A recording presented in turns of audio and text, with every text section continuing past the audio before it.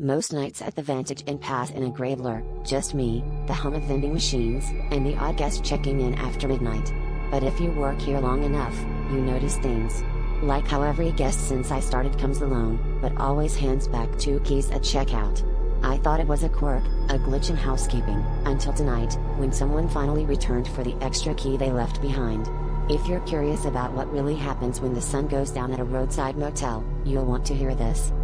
It was 2:13 a.m. when the bell rang, sharp enough to cut through my drowsiness.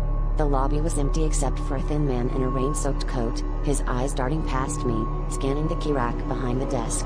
He barely spoke, just slid a room card across the counter and said, "I left something." I turned to check the rack and found the extra key for 114, sitting there like it always did.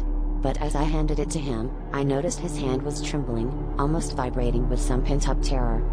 He clutched the key like a lifeline, but before I could ask if he was alright, he whispered, "It followed me."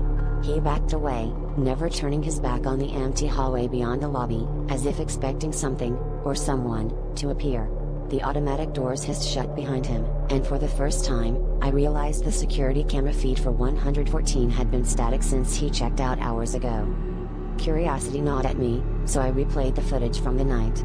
Room 114's door opened, the man left alone, but a split second later, the static flickered.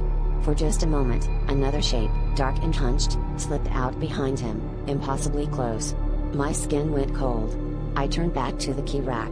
Every extra key waiting for its owner, every room occupied by someone who checked in alone. I understood then, no one ever leaves this place alone, not really. And as the clock hit 3 a.m., I heard the bell ring again. This time, I was sure I'd see what he was running from.